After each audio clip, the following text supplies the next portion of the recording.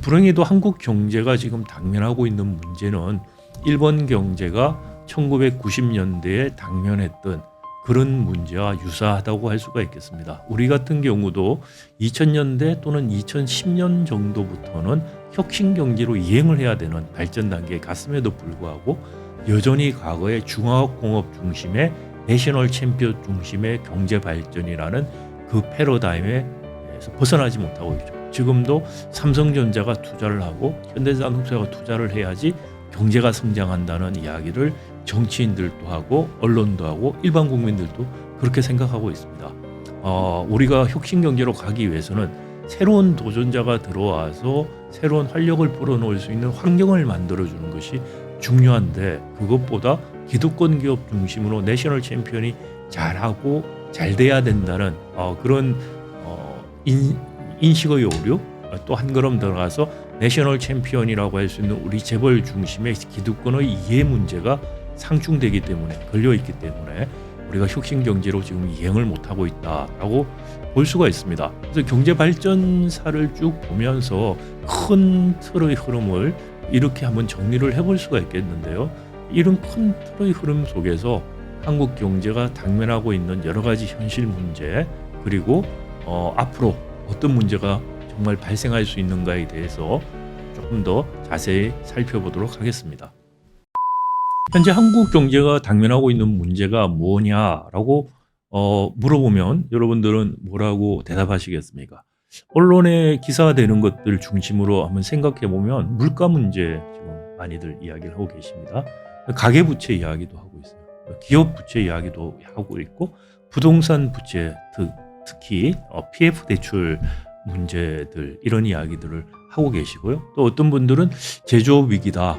제조업 중에서 지금 잘하고 있는 게 몇 개 없지 않느냐, 뭐 이런 이야기들을 하실 수도 있습니다.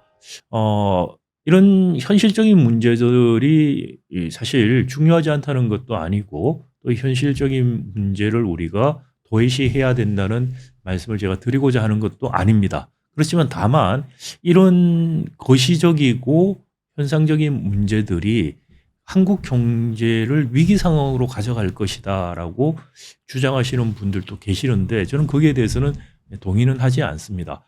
이 현실적이고 거시적인 문제, 단기적인 문제들인데 사실 여기에 대해서 정부가 잘 대응하고 있느냐?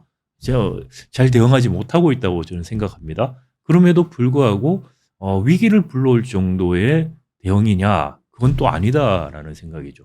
물가를 한번 생각해 보시면 사실 경제개발기 박정희 개발체제부터 물가 정책을 우리가 가격 통제 정책으로 오해를 하고 가격이 올라가는 걸 막는데 정부가 적극적으로 개입하는 식으로 물가 정책을 펴왔습니다.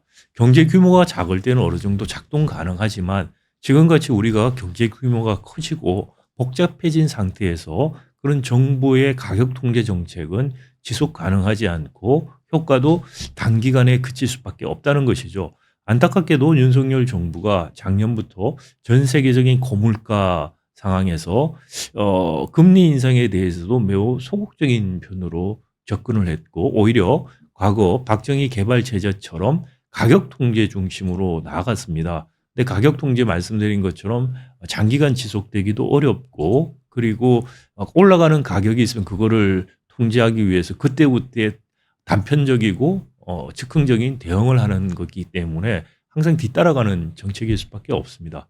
그런 게 지금 특히 선거 전에 신선과일 중심으로 해서 가격이 뛰면서 지금 정부가 곤혹을 치르고 있는데, 이것은 사실 경제정책의 실패다. 제대로 된 물가 관리를 위한 정책들을 못했다는 것이죠. 선진 경제에서 물가 관리의 가장 근본적인 정책은 이자율 정책입니다. 미국과의 금리 격차가 상당한 수준으로 유지되는 것을 감내하면서 우리가 이자율을 못 올리고 있었던 것은, 이자율 올리면은 취약한 경제 부분들 기업들이 도산할 것이라는 우려 때문에 그런 것입니다. 근데 사실 자본주의 시장 경제에서는 취약한 부분들이 도산이 되고 그 자리에 더 생산적인 사업자나 기업들이 들어오는 것, 그것을 통해서 경제가 더 활력을 찾는다는 것이 기본적인 아이디어입니다.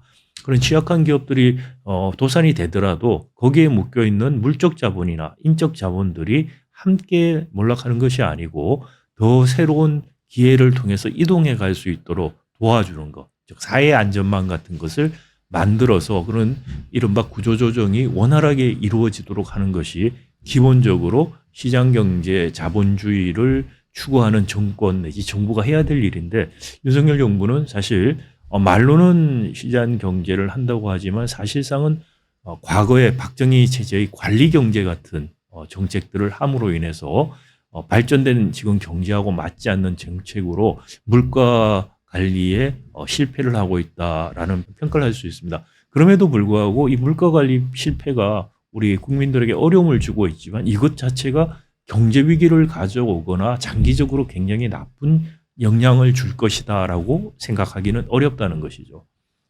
흔히 IMF라든지 이런 데서도 한국의 가계부채가 GDP 대비 100%가 넘고 그것은 전 세계를 따져서도 뭐 두세 번째로 높다. 그래서 매우 관리해야 된다는 이야기도 하고 가계부채 때문에 경제 위기가 올 수 있다. 이런 이야기를 하시는 분도 간혹 있습니다. 근데 거기에 대해서도 저는 동의는 하지 않습니다. 가계부채 대부분이 우리 주담대 주택담보대출로 하는 부채입니다. 근데 주담대 할 때 우리가 여러 가지 대출에 대한 규제를 했었습니다. 아파트나 주택 가격 대비 대출 제한도 있었고요. 그다음에 소득, 차주의 소득에 대한 제한 같은 것들을 하는 그런 규제들을 했기 때문에 사실 그 주담대 차주를 보면 우리가 미국이라든지 이런 이 모기지 제도 같은 것을 도입하고 있는 선진국에 비해서는 차주들의 재무 상태 또는 신용 상태가 상당히 좋습니다. 따라서 이 주담대 대출이 주택 가격이 떨어지면서 주담대 대출을 받은 사람들이 집을 갑자기 내다 팔기 시작하면서 경제 위기가 오는 이 미국에서 있었던 이런 바로 서프라임 모기지 같은 사태가 우리나라에서 일어날 수 있을까라는 문제인데요. 가능성은 굉장히 낮다라는 것이죠.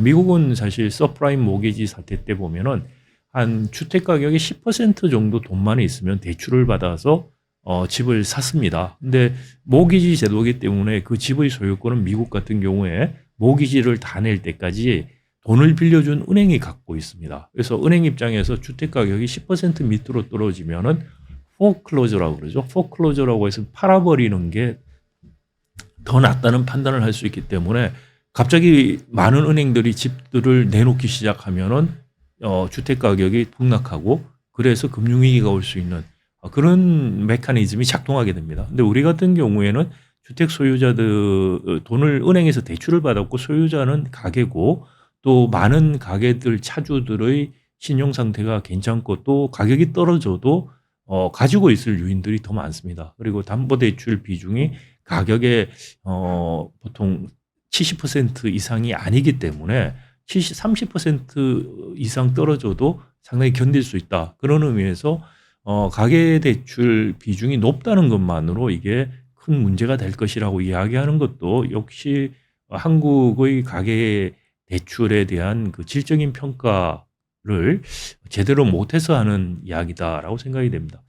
기업 부채도 굉장히 많은 편입니다. 기업 부채가 많다는 게 항상 나쁜 건 아닙니다. 경기가 좋을 때 기업은 돈을 빌려서 투자를 해서 그래서 돈을 벌고 갚는 것이 사실 기업이 하는 일입니다. 근데 지금 경기가 안 좋은데 기업 부채가 늘어난다는 것은 좋은 일이 아닙니다. 기업 부채가 늘어나는 것이 특히 한계 기업들에게 집중이 되고 있다는 면에서 상당히 문제가 됩니다. 그럼에도 불구하고 지금 더 큰 위기가 어떤 더 큰 충격이 없이 지금 정도의 경기 변동에 의한 충격에 의해서 한계 기업들이 도산하는 일이 벌어지더라도 이게 큰 대기업들 도산으로까지 이어질 가능성은 매우 낮습니다. 그래서 이거 역시 경제에 주름을 줄 수는 있지만 위기를 가져올 정도는 아니다라고 생각이 됩니다.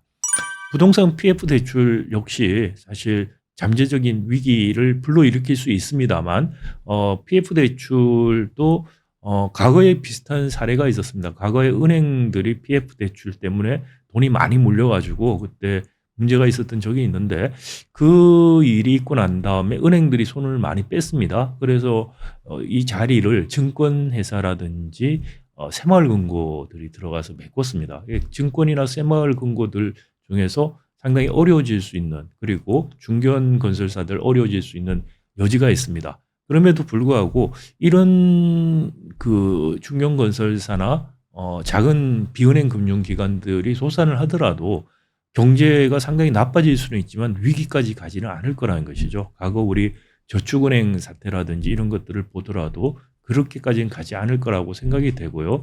IMF 금융위기는 은행들의 도산 문제였습니다. 그 정도가 돼야지 사실 큰 금융위기가 올 것인데 그런 상태는 아니다라는 생각이 듭니다.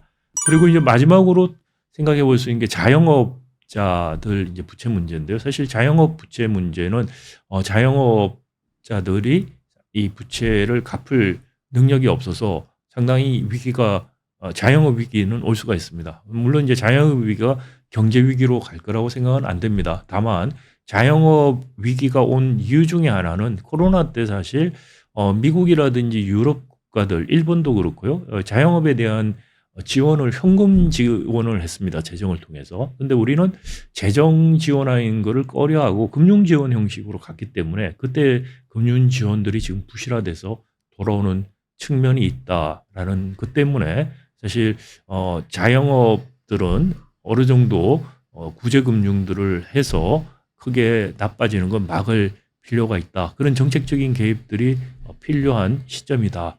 이렇게 평가됩니다. 이야기한 것 중에서 하나 빠진 게 바로 이제 제조업 위기 문제인데요. 제조업 위기 문제는 사실 장기적으로 굉장히 심각한 문제입니다. 제조업 위기가 단기적으로 지금 말씀드린 문제들처럼 단기적으로 터질 가능성이 높은 것은 아니지만 향후에 10년, 20년 지나면서 이게 한국 경제의 근본적인 위기를 가져올 개연성은 매우 높다고 생각이 됩니다. 제조업 위기와 특히 탄소 중립으로 이행이라는 문제 두 개가 합쳐져서 한국 경제가 산업구조 조정을 통해서 이 위기를 장기적인 위기에 대처하지 못한다면 저성장뿐만이 아니고 매우 어려운 장기 침체에 들어갈 개연성이 높다라고 생각이 됩니다.